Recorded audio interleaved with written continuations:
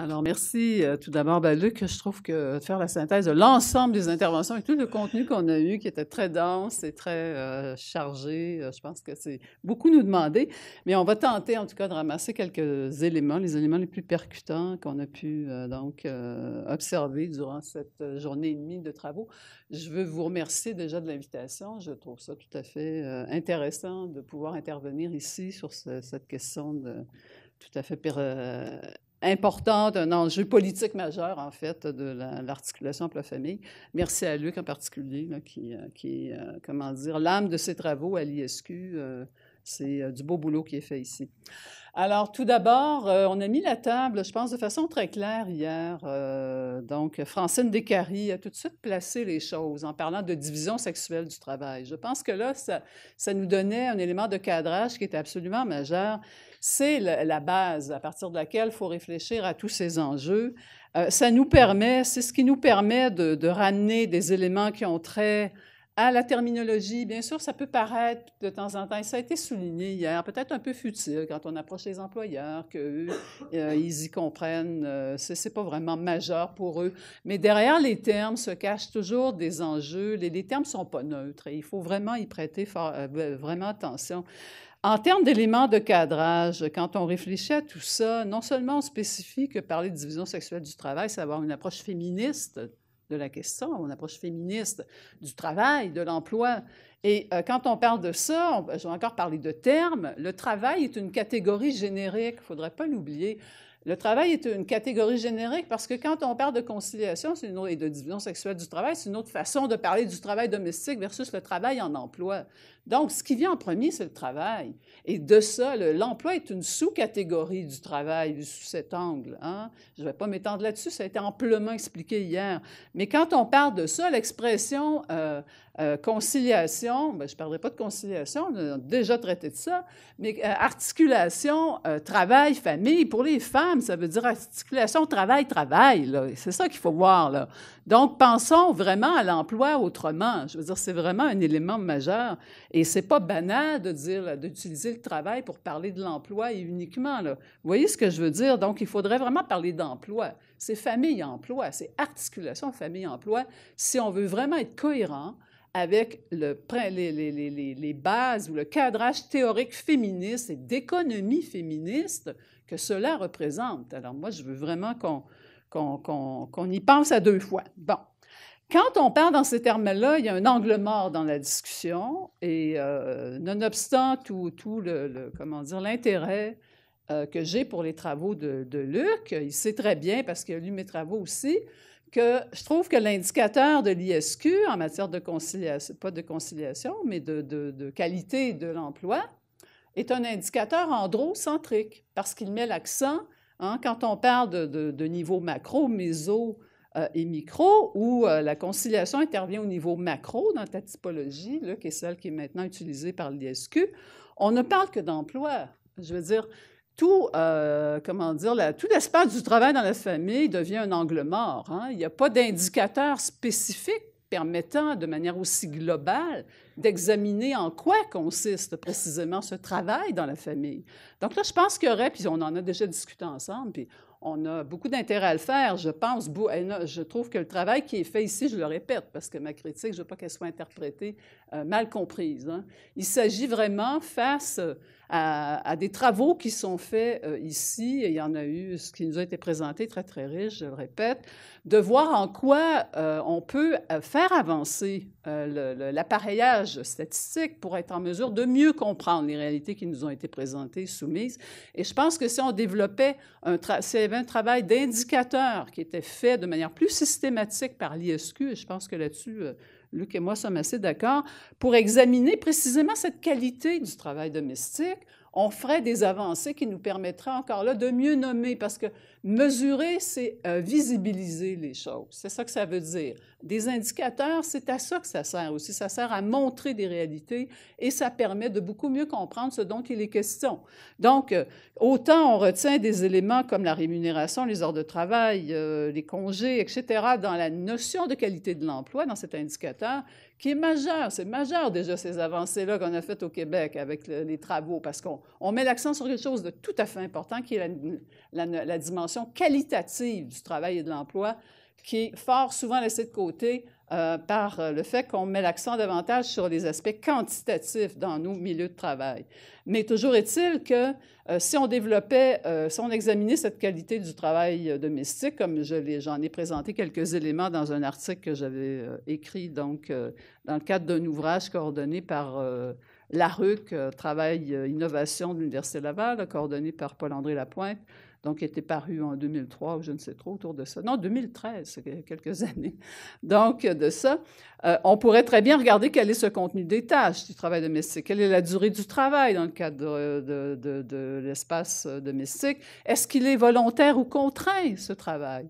Hein, ça aussi, il y a toute une dimension avec le temps partiel, mais pour le temps partiel, par exemple, est contraint un travail lorsque, comment dire, il est considéré contraint comme lorsque les individus n'ont pas pu trouver de travail à temps plein.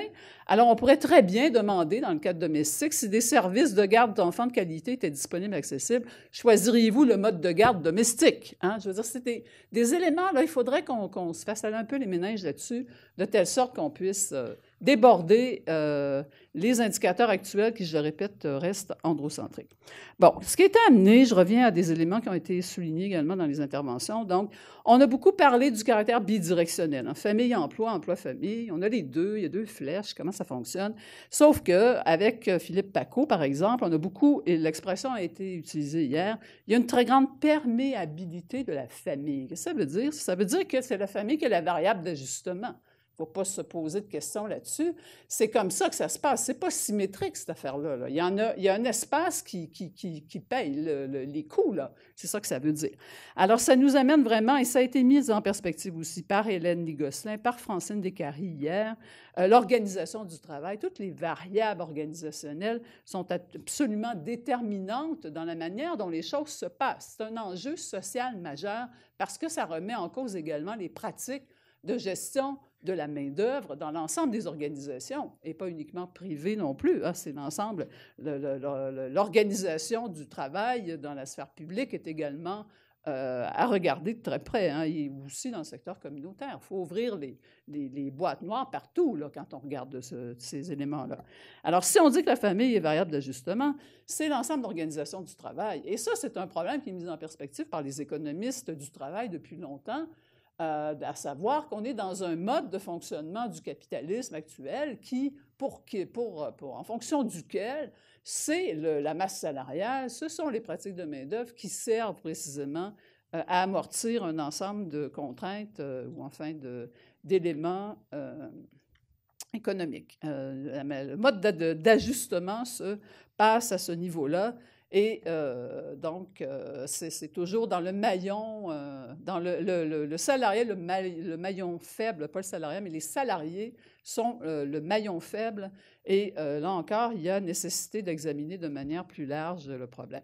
Ça nous amène à un autre point, qui est celui de la grille de lecture à partir de laquelle on comprend l'économie. Ça semble encore là peut-être éloigné de notre questionnement général, mais ce n'est pas le cas. J'ai parlé tout à l'heure de division sexuelle du travail. On parle d'économie féministe quand on parle dans ces termes-là. Or, si on parle d'une grille d'analyse d'économie féministe, on n'est absolument pas en phase avec les grilles d'analyse habituelles en économie. Ça, il faut le voir. Et la manière dont le discours de l'économie modèle les mentalités. On a parlé de mentalité, on a parlé de valeurs, on a parlé de pratiques. La manière dont ces discours viennent modeler les pratiques et nos façons de penser est extrêmement important aujourd'hui. Diane et moi sommes économistes du travail et nous sommes des économistes dits hétérodoxes dans le jargon de ces débats-là, à savoir que les grilles d'analyse qu'on mobilise en économie ne sont pas celles qui sont mobilisées généralement sur la place publique, certes, mais plus encore au sein de l'institution universitaire et dans les départements de sciences économiques. C'est de ça dont il s'agit là. Donc là encore, il y a un enjeu majeur de fond. Alors, l'économie féministe, ce n'est pas enseigné dans les départements d'économie pour faire une histoire courte. Là, hein? Et ce n'est pas seulement celle-là qui n'est pas enseignée. J'ai fait de nombreux travaux sur ces enjeux-là, ces questions-là, et j'ai fait des formations dans le mouvement des femmes sur ces mêmes enjeux. Et il est clair qu'aller comprendre des argumentaires en économie, c'est majeur pour toute espèce de proposition, de modification de structure sociale. Alors, notre sujet en est, c'est évident. Alors, j'ai entendu dans la discussion comment on peut faire en sorte, là, ça me fait aller sur le point, une opposition qu'on rencontre souvent, c'est celle entre le social et l'économique. Ça s'est ressorti très souvent dans les discussions hier. Hier, j'ai noté à de nombreuses reprises, soit de façon très explicite ou moins, de ce type de vision des choses qui est très charrié par le discours très dominant en économie d'ailleurs. On a dit, par exemple, il y a le travail économique, celui qui est rémunéré, et il y a le travail de soins. Écoutez, en économie féministe, ça ne fait aucun sens d'opposer un travail économique à un travail de soins. Le travail de soins, c'est fondamentalement un travail économique. Nos économies ne tiendraient pas en place s'il n'y avait pas ce travail de soins. C'est bien évident. Donc là, je vous invite vraiment à faire attention à la manière dont on internalise des schémas de pensée sans même se rendre compte qu'ils viennent biaiser les objectifs qu'on cherche à atteindre, notre façon de voir les choses qui fait en sorte qu'on s'enlève du pouvoir dans notre façon d'agir par la suite. Alors, ces mesures d'articulation entre la famille, elles sont fondamentalement économiques, tout comme une mesure d'assurance-emploi qui a l'air a priori sociale. C'est fondamentalement économique, ça permet de stabiliser le revenu et ça permet donc de maintenir l'économie lorsqu'on aurait un risque de faible croissance. Tout comme on pourrait en dire autant des garderies. Les garderies, ce n'est pas social, les garderies. Toute mesure dite sociale a une dimension économique, il faut le voir, c'est absolument essentiel de voir ça. Et certains économistes ont mis en perspective, assez récemment, vous le savez, le fait que des garderies étaient pour l'État quelque chose de rentable, parce que 100 $ donc dépensés par l'État rapportaient 104 $ quand on considérait ce que ramenait en termes de revenus, donc dans les caisses de l'État, en termes de recettes, l'emploi additionnel des femmes engendré par la mise en place de ces infrastructures. Donc, il faut laisser cette vision. Et hier aussi, quand on disait, mais comment je vais faire? C'est des mesures sociales, il faut que je fasse comprendre à l'entreprise qu'elle, évidemment, elle a en tête les éléments économiques. Alors, comment on va faire avec ça? Bien, comment on va faire? C'est qu'on va dire que d'abord, c'est économique, hein? On va le dire. Hein? Comme, je veux dire, Diane disait aussi, moi, je leur dis qu'est-ce que ça vous coûterait de ne pas les mettre en place? Bien, il y a ça, puis il n'y a pas que ça. Il y a aussi qu'il faut sortir du périmètre de l'entreprise individuelle. Ce sont des éléments qui doivent être appréciés à la largeur d'une économie. On n'a pas mis en perspective les avantages des services de garde en restant au niveau de l'entreprise. On a mis ça en perspective parce qu'on a regardé l'ensemble de l'économie, qu'on a regardé les taux d'emploi des femmes, qu'on a regardé la fiscalité, qu'on a examiné ça de façon large. Il faut sortir de l'entreprise individuelle. Il faut aller regarder dans son ensemble comment les coûts sont supportés et quels sont les avantages pour l'ensemble de la collectivité, ce qui requiert d'avoir une comptabilité autre également, comptabilité dynamique pour prendre en compte les transformations sociales et les avantages que ça comporte, et une comptabilité large pour prendre en compte l'ensemble des acteurs. Donc ici, encore une fois, appel à élargir les cadres d'analyse. Troisième point ou quatrième point, je ne sais pas très bien où j'en suis dans mes points, mais peu importe. Donc, on a parlé aussi beaucoup dans les interventions de l'importance de mettre en perspective les passages que connaissent les salariés au parcours de vie. Alors ça s'appelle quelque chose qui est intitulé dans la littérature sur les politiques publiques de l'emploi, la sécurisation des trajectoires professionnelles. C'est une littérature très vaste, une littérature très riche encore là, de laquelle je pense qu'il faut s'inspirer pour être en mesure de comprendre un certain nombre de choses, à savoir tout d'abord que ce qui doit être priorisé quand on parle de tous ces enjeux-là, c'est la question de la sécurité économique. La sécurité économique, encore là, ça correspond à un cadrage théorique qui est distinct de celui qu'on rencontre généralement en économie. Mais privilégier la sécurité économique, ça a un impact majeur sur l'ensemble de nos problématiques.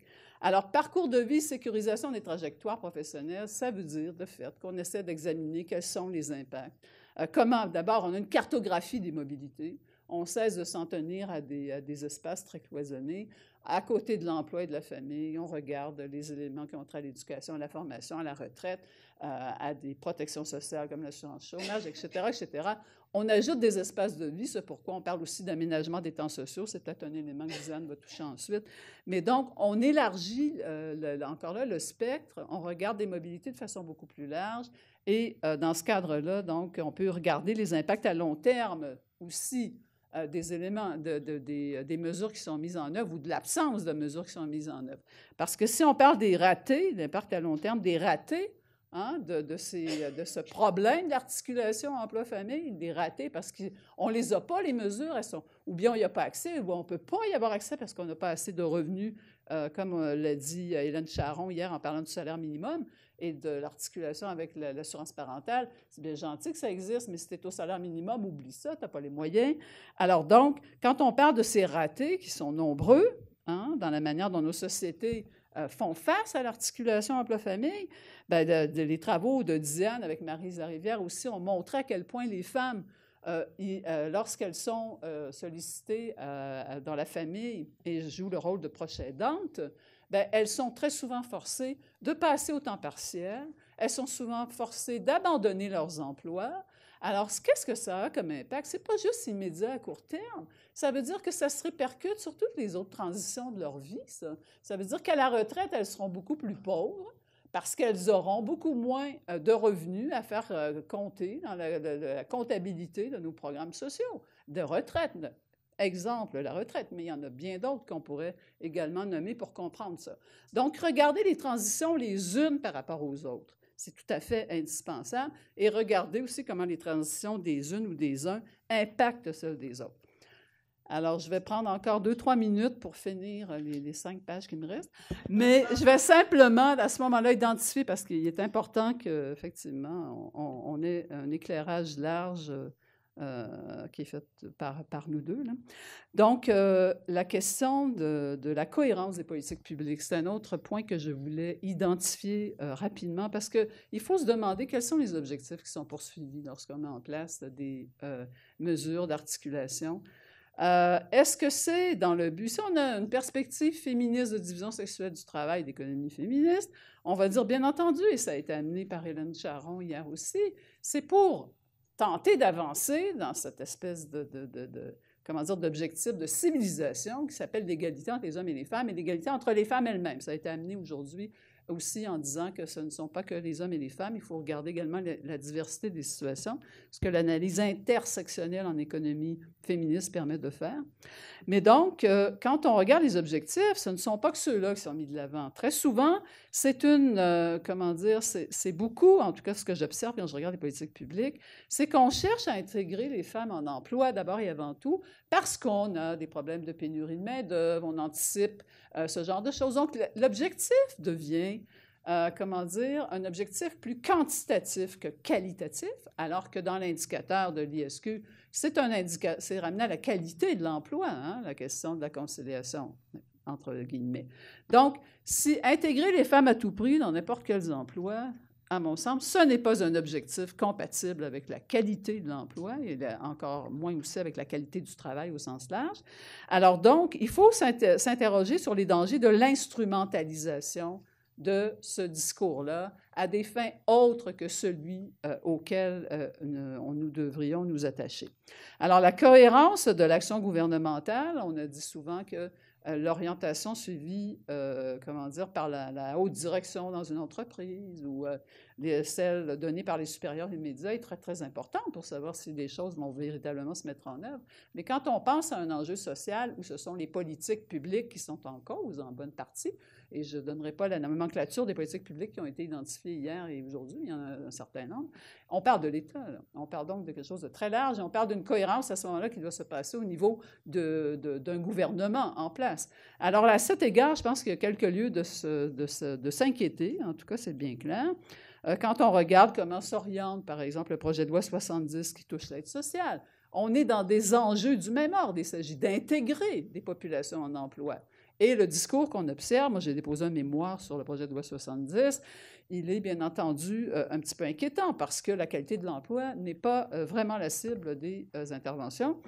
Plusieurs également se sont inquiétés des politiques d'austérité de l'État québécois de ces dernières années. Hein, la chaire Claire-Bonenfant, on a produit donc un mémoire aussi qui mettait en perspective les dangers que les coupures budgétaires pouvaient représenter, eu égard, par exemple, à l'analyse différenciée selon les sexes.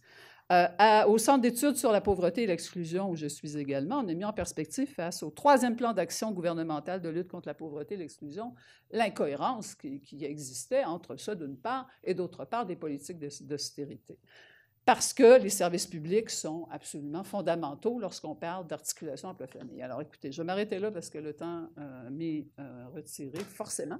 Mais il y a beaucoup d'enjeux et il faut vraiment que le cadrage général soit présent à nos esprits. Merci.